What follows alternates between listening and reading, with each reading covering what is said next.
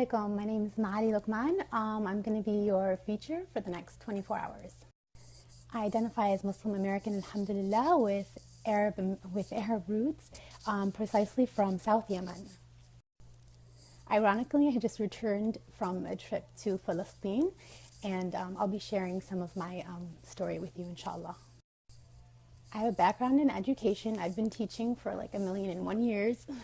Last year, I decided to go back to school for my master's in international relations.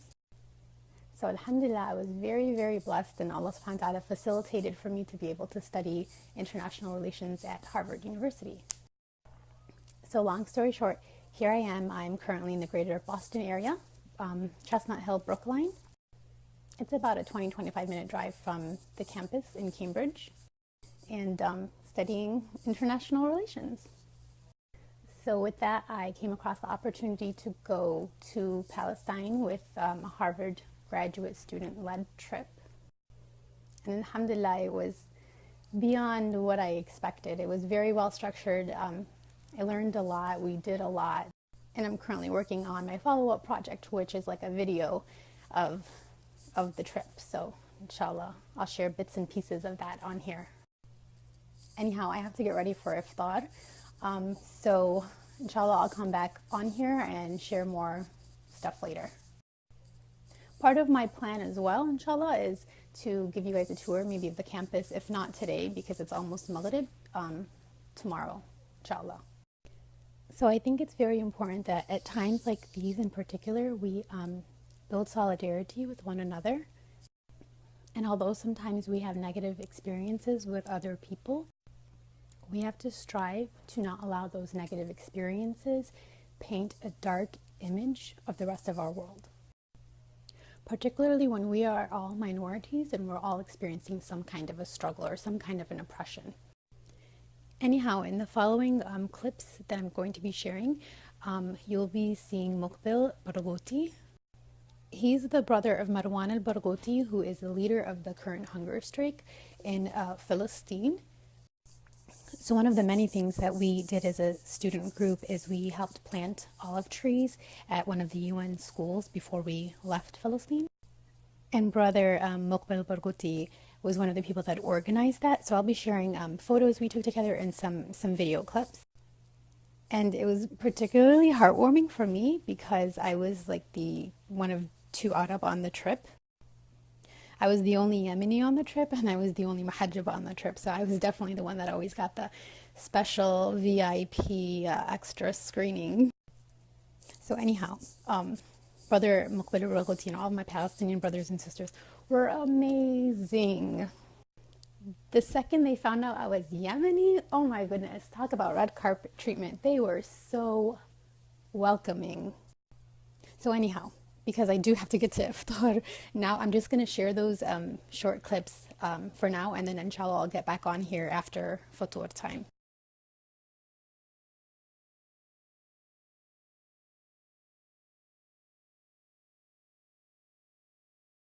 That's it for the rest of the year. No, there's like كل التحية والتقدير لشعب اليمن الحبيب. نتمنى لكم السلامة وأن تخرج اليمن من هذه الأزمة بأسرع. It usually goes away. Very hot. Oh, I get it. Yeah, that's so cool.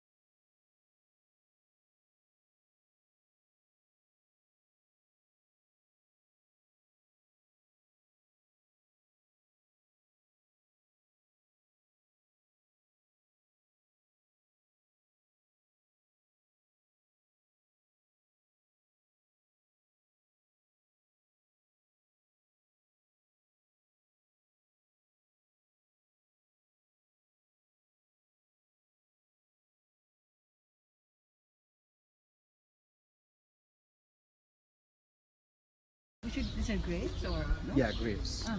This was the mufti. Mufti. Saad الدين العالمي هذا كان مفتی القدس. It was, we had actually died.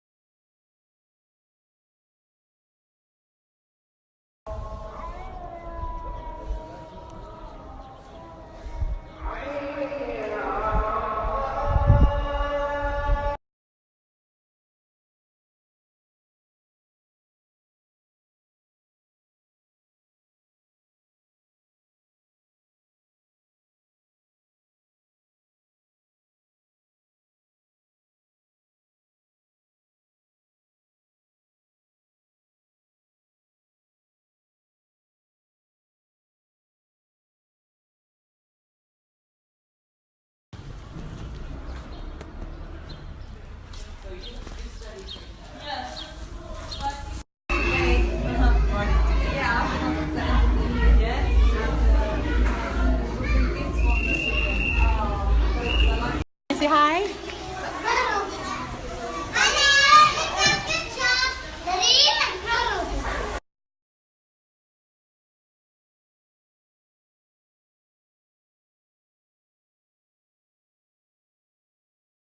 شو بدك تقولهم؟ بدي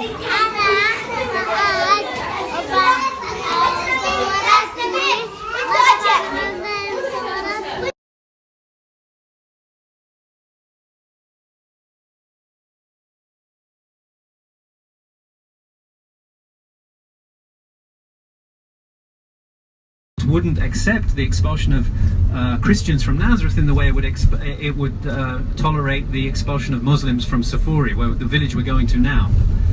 Have left a chartered association in Jerusalem. Also, we have in Amman. We have in Zarqa in Jordan. Also, we have.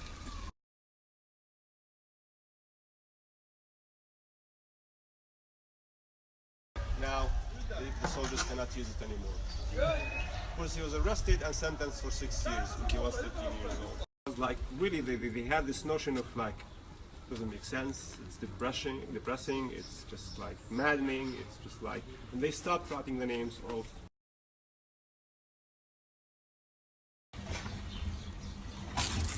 Man, oh man.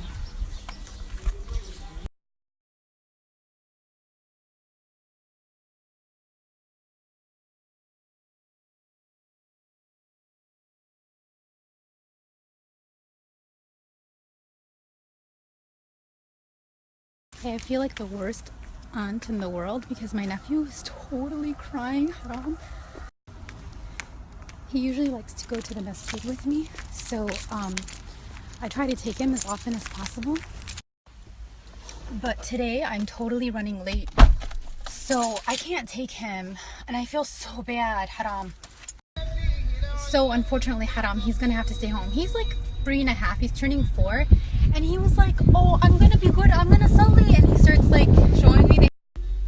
But I really want to show you guys the masjid, and I'm like short on time, so Haram, I can't like chase after him. So anyhow, here I am on the way to Tarawih, halfway late. Talk to you guys soon.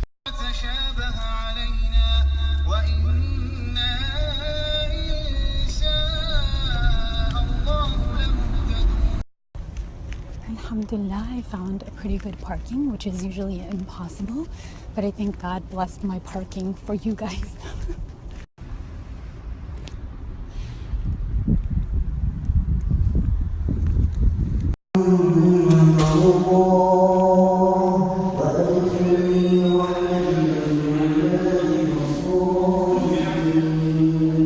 وإياك نستعين اهدنا الصراط المستقيم صراط الذين أنعمت عليهم وأتى تملكهم وأوتيت من كل شيء ولها عرش عظيم.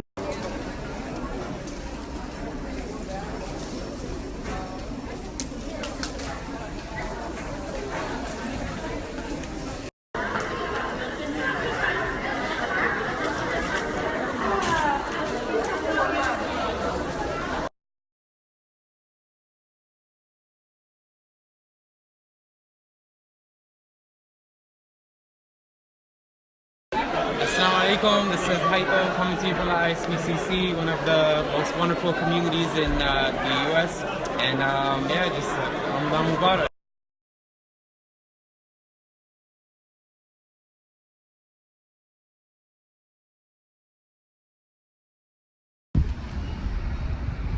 So this is the ISVCC, and Haitham's sisters were just explaining how they don't live here anymore. They're studying in Chicago.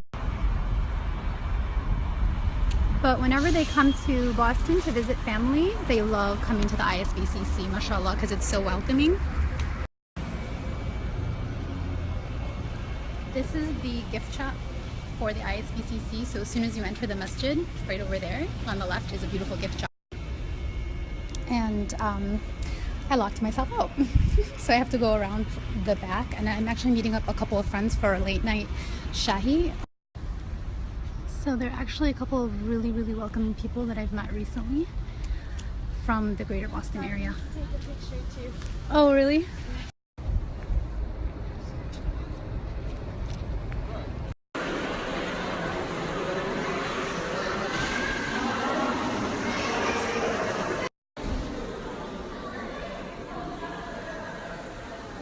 This is the main prayer hall downstairs.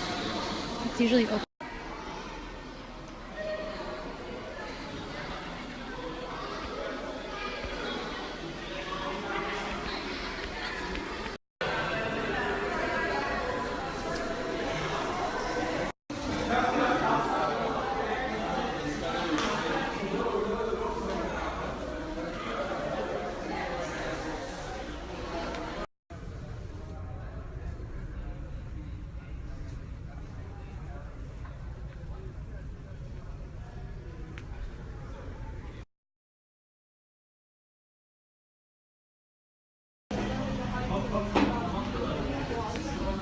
This is the cafe. It's pretty much closing down in a little bit.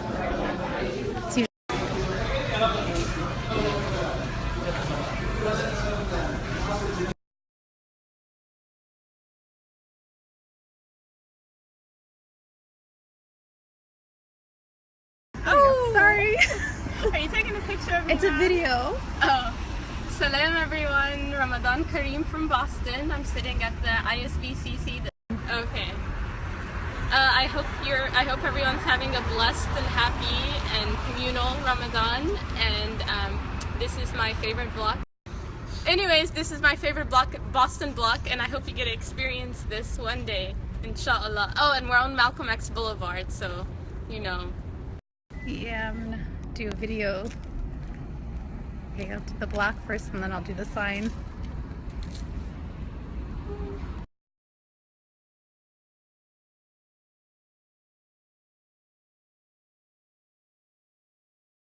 Okay, go for it. Salam again everyone, it's Lamise. I'm sitting here next to Jamil Abdullah, Chicago born but Boston raised. And Jamil.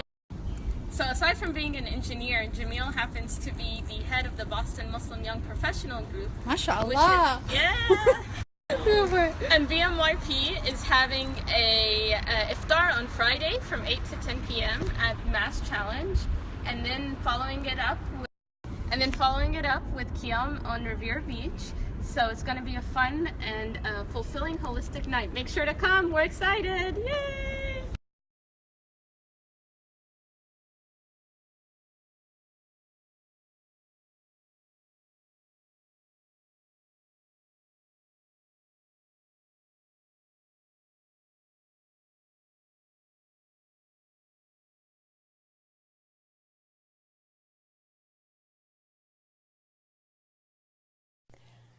So I just finished praying Fajr about 15 minutes ago. Fajr in Boston is around 3:20 a.m. This is actually one of my last couple of Fajrs here in Boston, so I'm leaving in a couple of days. Oh, this is really cute. So, oh wow, this is like really cute. I like butterflies. So anyhow, the plan is to fly back to Michigan, inshallah, on the 14th. My mother and my sisters live in Michigan, Dearborn. Yes, Dearborn is my hometown. And I'm going to be there, inshallah, for 8.5 days. And then I have this really exciting trip coming up, inshallah, for the summer. So I'm actually going to be spending my Eid in Senegal, Africa. Okay, this one actually matches my meltema better, so I'm going to use this for a little bit. Those of you who don't know what a meltema in Adani dialect is the large salah scarf.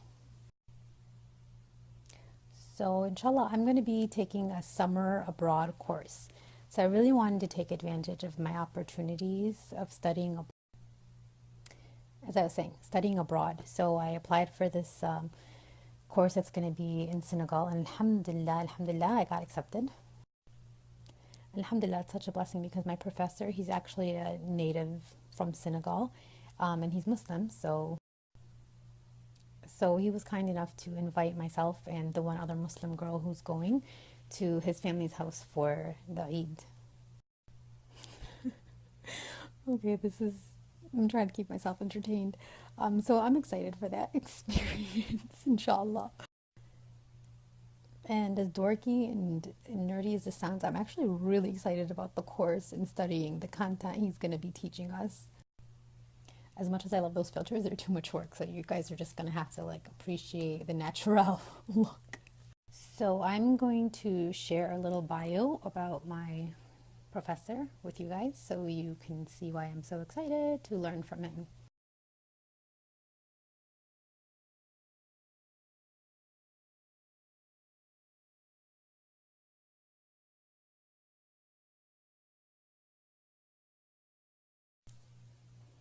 Anyhow, as you can tell from his bio, he's, mashallah, a wealth of knowledge when it comes to Islamic, international, global affairs. And we're also going to be studying the history of the transatlantic slave trade from the roots of the event. So we're going to be going way back. Inshallah, we are going to be visiting some historic sites. And that's going to help me and the rest of the students obviously have a better understanding of the history of slavery here in America as well, because we're going back to where it originated. And so all of these events in history and all of these systems of oppression that are plaguing the world are essentially intertwined. So it's interesting to be able to learn about that and make the connections, alhamdulillah. So someone asked me earlier, what is the greatest life lesson that I have learned? That's a tricky one because sunnat al-haya, or the fact of life, is that we are going to constantly be learning lessons on a daily basis through our human experience, so to say. But the most profound one, hands down, is stick to your faith, because it'll get you through anything and everything, and it'll also fulfill your wildest dreams. So someone asked me to talk about my international relations master's. First of all, it's a lot of work. It's a lot of work, but alhamdulillah, because I really love the content, I don't mind the work. I'm passionate about it. Second of all, I'm still just a student, so I haven't gotten into the field yet. So inshallah, career-wise, I can actually do something with it. But my intention when I switched fields, I went from education to IR, was I really did want to make a difference in the world. I know it sounds cliche, sounds cheesy, I'm Ali trying to save the world, but that was my honest intention. So it's pretty obvious, how crazy the world is, and particularly towards Muslims. So getting in this field, I felt would better inform me on the issues on a deeper level so that I can address them to the best of my ability. And then being bicultural, so I'm Arab and I'm American and I'm Yemeni, and alhamdulillah, I've traveled, more than the average American. I speak another language, Arabi, not great, but I speak it. So all of those things are actually assets. They give all of us that can identify with those traits an edge. And in a world where people don't understand diversity, or they can't wrap their mind around it, people like us are needed to build those bridges. So I wanted to step up to the plate. That was kind of what motivated me to choose international relations. The content that's covered is that we study human rights, we study religion, we study a little bit of politics, international politics, a little bit of law, which is very interesting as well, and obviously history. And my most dreaded course, statistics. In my program, we're required to take a statistics class, one that will make you weep and cry and beg for mercy. So before I went into IR, I jumped around a little bit. I have an associate's degree in interior design, and I also have my bachelor's in education. Aside from like personal use, I haven't really used my interior design degree professionally as of yet. Anyhow, so I've been to Yemen, I've been to Egypt, I've been to Jordan, that was only 2 days, I've been to Dubai, alhamdulillah, and I've traveled through like some of the US states as well. But I can honestly say that one thing that really motivated me to like want to pursue as much education as I could get my hands on, so to say, was maybe my trips to Yemen and seeing how the people there are suffering and how they don't have the opportunities that we've been blessed with here in the US. And then also growing up in a diaspora where, you know, you're almost conditioned to believe that you are not capable of accomplishing certain goals. So that really bothered me for 2 reasons. One, I wanted to challenge the stereotypes that are in the US. The stereotypes that pretty much lead us to believe that if you're of a certain minority group or a certain color or of a certain religion, a certain ethnicity, whatever, or even socioeconomic status, that you're not capable of reaching certain heights. If you can convince yourself that that's not true and you're worthy of more and you really strive hard, like you have to put in the work and you make dua, then you can redefine those narratives. My second main reason was seeing the people in Yemen who were genuinely good-hearted, hard-working people.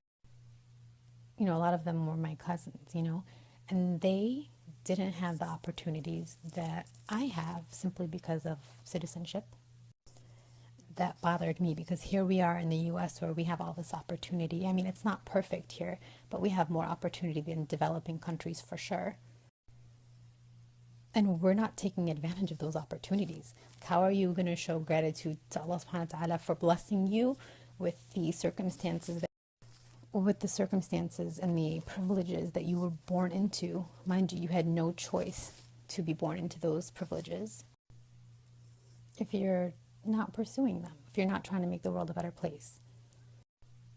So without preaching at you guys too much, my point of all of this is the least that we can do for our brothers and sisters suffering across the globe who don't have the opportunities, the freedoms, that we've been blessed with, is to take advantage of the ones that we can by doing good with them. That's all. So a couple people asked me to talk about Harvard. First and foremost, I would not be here if it wasn't for my du'as, hands down. So I was literally making du'as for probably like 7 years. And my du'a wasn't to go to Harvard at all. So like I said earlier, I had the intention to change the world, blah, blah, blah, right? And on the real, school's like crazy expensive, especially grad school. So I couldn't really afford to go back for my master's right after I'd finished my bachelor's. So I was working for like a number of years. I saved up a little bit, and during that time I was searching for the right program, because choosing the program that you want to study is a huge commitment. It's an investment of a lot of time, hard work and money as well. So anyhow, subhanAllah, like when you make sincere dua, Allah subhanahu wa ta'ala does not respond the way you want, but He responds in a better way, right? We're always told this. So He redirected me and redirected my life plan so that I would wind up stumbling across this international relations program at a time that my brother was completing a fellowship at Harvard Medical School. So it made it a lot more feasible for me to make the move and pursue my education. So the thing with Harvard is it's a university, and it's composed of like 12 or 13 different degree granting schools, and depending on the program that you are applying for and the school that you will be applying to, they have different requirements. So you're just going to have to, so depending on what you're interested in studying, you have to go onto their website and you have to look at their application and admissions process, and you have to see the requirements. And so everyone's journey is completely different. That's kind of why I shared that little bit about like how I ended up where I am. But the moral of the story is, if you work really, really hard, you really pray for something, and you try to purify your intentions, then inshallah Allah is going to bless it and facilitate for you opportunities beyond what you even asked for. Okay, so hope that answers your questions about what I'm studying. And by the way, the trip that I went on in my summer study abroad, a lot of universities offer similar opportunities. So no matter where you're studying, if you really dig deep, you'll find lots of opportunities for personal and educational enrichment. You just have to really dig for them. You really have to put in the effort of looking for what's offered and then applying. And so I'm like, don't get discouraged if you don't get accepted the first couple of times. I initially applied for a trip to Greece to work with Syrian refugees, a service track, and I really wanted to do that because I had done some research about Syria, and I didn't get accepted. So I was really crushed. And like, obviously I made dua and istikhara and things like that, and then subhanallah, I stumbled upon some information that there was another trek to Palestine. So I applied for that one. Long story short, it worked out. Alhamdulillah, I had an amazing trip. I learned a lot. And my upcoming summer study abroad, similar experience. I had applied for a study abroad in Greece. Got rejected. Didn't get accepted. I was so crushed, right? But again, I prayed istikhara, and subhanallah, somehow, magically. And then I was inspired to attend this Islam in Africa conference. And so I went there, I met Professor Khan in person, and I remembered the other study abroad. Another long story short, I ended up applying late, and subhanAllah, when God has something written for you, worked out, I got accepted, and alhamdulillah, alhamdulillah. So a couple points. One, don't let rejection discourage you. And two, you really have to strive and you have to persevere. It's like a lot of work. Following getting accepted, I had to petition to have like the credits count towards my degree. Long story, but you really have to like work for a lot of these opportunities. They don't come easy. Okay, so you can go ahead and send over more questions, hopefully ones that are a little more fun and entertaining, not so dry. By the way, I painted that at paint night for a friend's bridal. I'm bragging about my artistic abilities. Actually, they break it down for you and make it really, really easy. What do you guys think?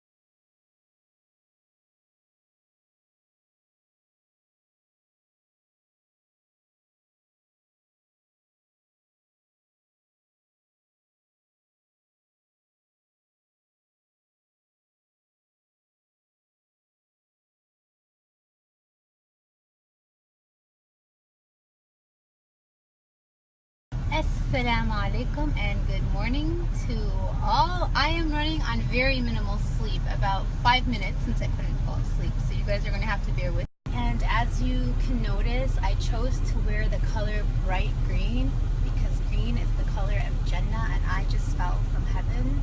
I'm just kidding. No, I'm totally kidding. I'm totally messing with you guys, but I did put thought into it and a little bit of heart into my choice of color today. So I wore a bright color in the spirit of summer, and so that when I'm sharing snaps with you guys, I actually match the... Yeah, so I can match the background. I know that's a little OCD of me, but yeah, sorry. Anyhow, inshallah, I'm gonna be taking you guys to the campus. Lamis from last night wanted to join me, but I think she might have fallen asleep because we were both up really late. So inshallah, if she reaches out, I'll know she's awake and I can swing by and pick her up. If not, hopefully I'll see her later on and you guys can get a little bit more of her company, inshallah. So anyhow, I'm really tired. I'm really sleepy. So if I sound like I'm a little too slap happy, that's kind of why. Yay! So I have really good news for you guys. Alhamdulillah, Lamis just sent a text message. She is up and she is ready and she will be joining us for our trip to the campus.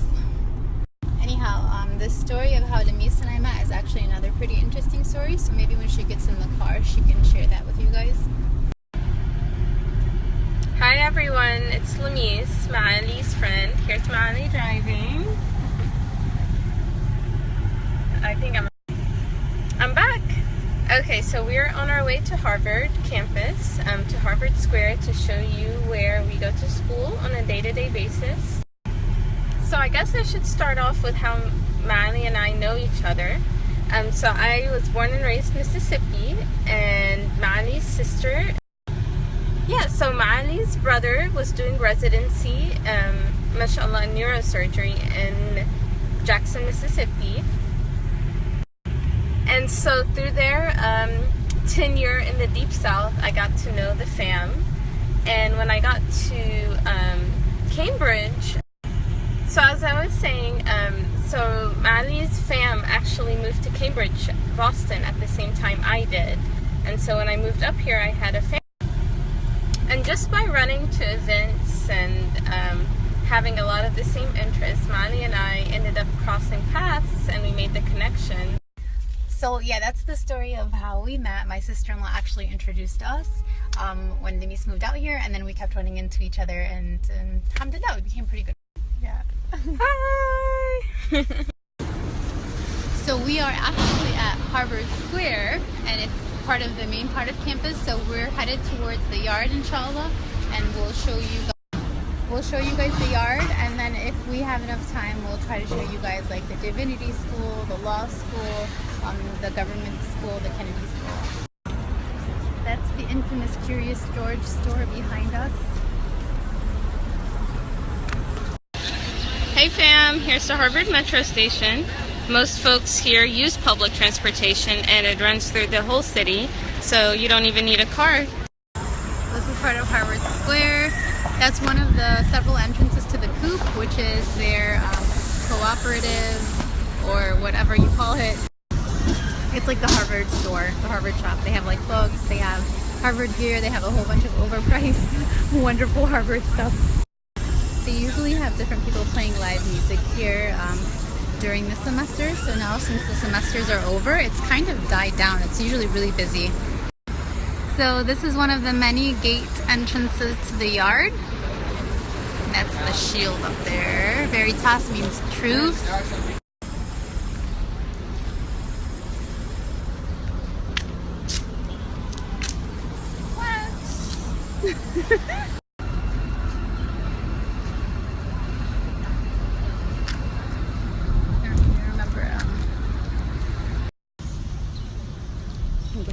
Here, this is the John Harvard statue. This is the Widener Library. It's one of the better known Harvard libraries. So the story of the Widener Library is that there was a mother of a book collector. Lamis is going to help me narrate this so you can do the fact checking. Yeah, so if I make a mistake, just like correct me. So the story is that he was a book collector and he loved books and knowledge, but he died on the Titanic. And so in honor of his memory, his mother took his book collection and built this library. True. So one of the stipulations to this library was that if the university wanted to expand it or make it bigger, then they would not be altering the outside physical structure. So instead, what they decided to do.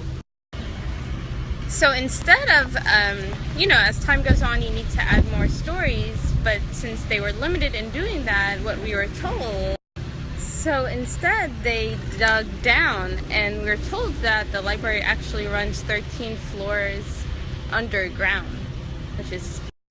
Another interesting fact is what you're looking at right here is where commencement usually takes place. So this is where Mark Zuckerberg was speaking. Yeah, I'll just do this while we're chit-chatting so they can see. But yeah, so they have extra access that grad students don't have, and that's why you have to request. You have to request it. This is Seaver Hall. Most of my classes were in this building. So we have just entered the on-campus masala. This is the sisters' wudu area, and then there's one for the brothers. And they have like stuff they post here, and this is the masala. Pretty secure because you need your ID to actually get in. It's like locked, so the magnetic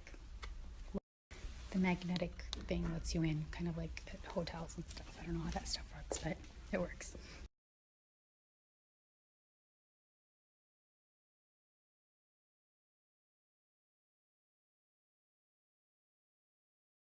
This is the Science Center. We usually have conferences and events at this building. I'm sure they also have classes. I don't know. I didn't have any classes there, but I attended a couple workshops there. This is the Harvard Natural Museum. So there are lots of different museums here on campus, but there are also lots of really great museums at the neighboring universities as well. So MIT is also nearby, Northeastern. There are so many colleges and universities in the area. So because of the large number of universities and colleges and schools in the area, you have like a high student energy, and it's just a different feel of being here.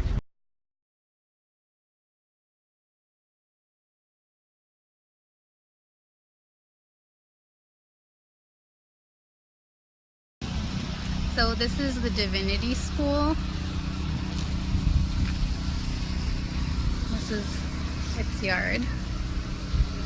So this is Andover Chapel, and I had actually attended a Muslim event earlier this year and it was actually in this building. So we prayed Jum'ah, Salat al-Jum'ah Jama'ah in this chapel.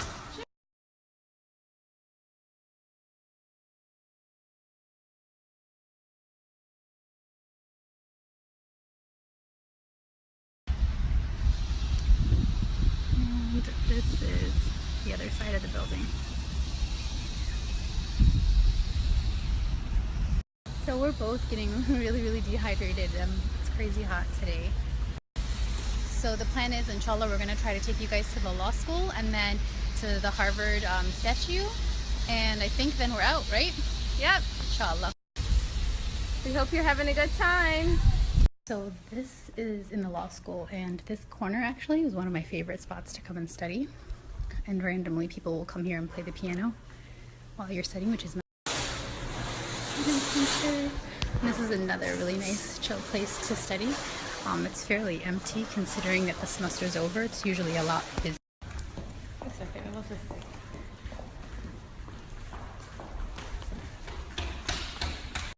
So they have like cold drinks everywhere, and we are so thirsty. Allahumma innani saim. The struggle is so real. So this ayah of the Quran is actually posted on one of the walls in the law school.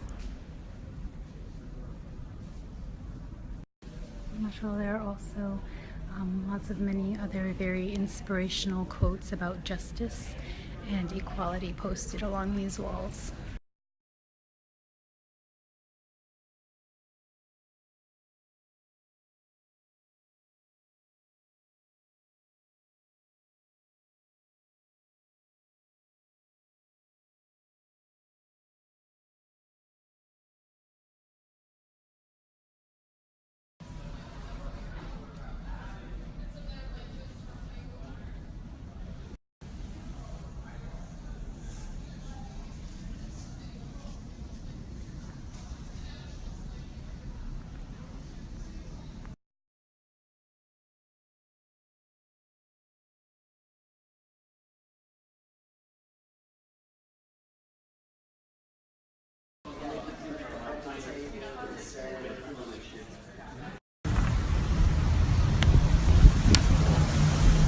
And we're back at the yard.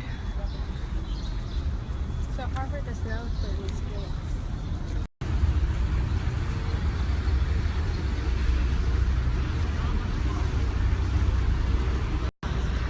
Manice is such a trooper, mashallah. We're fasting, sleep deprived, and she is pulling it off with me. So allegedly this is the third most popular monument in America, and you can see on a random day how many people are here to tour. So this is allegedly a statue of John Harvard, except there's actually 3 lies involved with this statue. So the first lie is that this isn't actually John Harvard. We don't know who this is, but it's not John Harvard. The second lie is that it's John Harvard that started this school, and it's not true. It was the Commonwealth that started this school. And the third lie relates to the date. I think the date of when this statue was erected is a couple of years off. Here's Maali with the alleged John Harvard. Hello! Okay, so it's Maali again. When I first came here, I was really confused when I saw this because it says 1638 and everything else on campus says 30. So yeah, as I was saying, everything else on campus says 1636. So I was really confused because I didn't know about the 3 lies.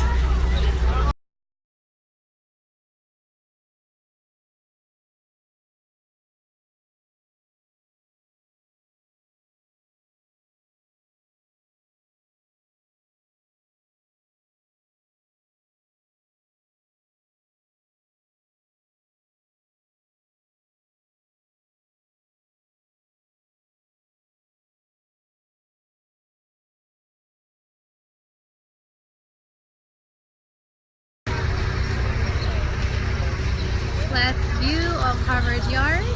Try to show you a few more clips as we head to the car. Hope you guys enjoyed our little tour, inshallah. So we're back at Harvard Square.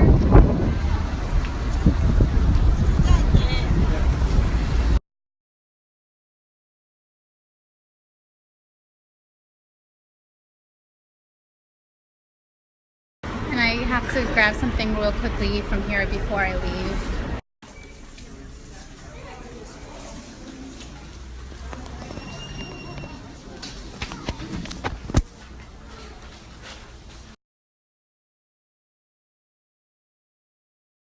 So if any of you are interested in any more clips or you want to see what the Yale campus looks like, I do have past photos and videos that I can share. The Yale campus, mashallah, is a lot more beautiful. I didn't attend Yale, but I went for a conference they had over one weekend. So.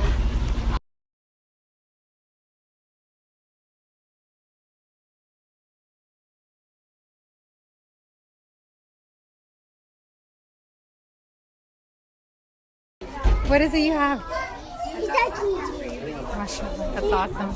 Okay, so my plan was I wanted to give you guys a little tour of the reservoir near our house. It's really beautiful, but wallahi, I'm so exhausted. So inshallah, if I have a little more energy later, I can do it. If not, till next time.